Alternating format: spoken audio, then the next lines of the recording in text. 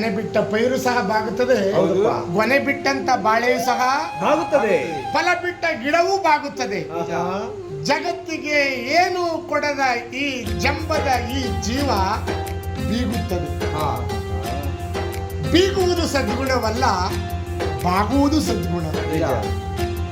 ತುಳಿದು ಬಾಳಬಾರದು, ತಿಳಿದು ಬಾಳಬೇಕು. ಹೌದು ಸ್ವಾಮಿ. ಅದಕ್ಕೆ ಹಿರಿಯರು ಏನು, ನಾನು ನಾನು ಎಂದು ಮೆರೆಯಬೇಡ ಮೂಡ, ನಾನು ಎಂಬುದು ಮಣ್ಣು ಮರೆತು ಹೋಗಬ್ಯಾಡ.